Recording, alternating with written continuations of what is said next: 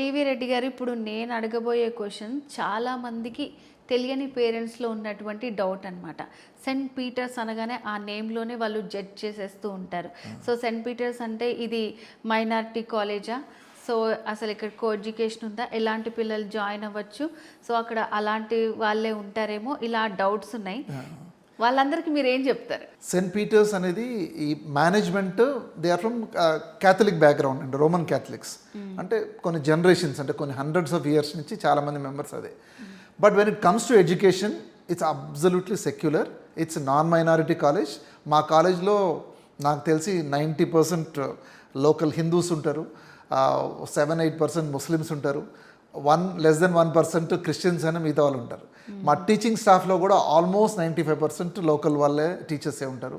So when it comes to education we normal 100% secular. Quality కోసం teachers ఎవరైతే quality ఉంటారో, మంచి టీచర్స్ ఉంటారో, ప్రిన్సిపల్ నుంచి మొదలు పెట్టుకొని అందరి వరకు కూడా we always give that. Religion is secondary అండి. వీ డోంట్ అది పర్సనల్ ఫీలింగ్ అంతే, personal beliefs.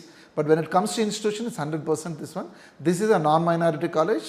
Students can different. ఇన్ని సంవత్సరాలుగా we always believe in that.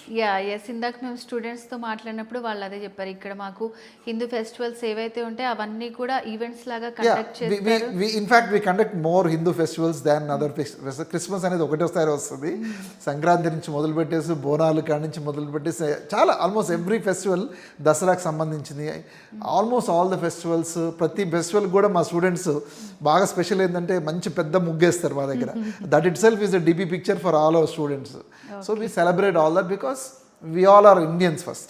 So every culture and tradition we follow and we make sure that everybody is happy.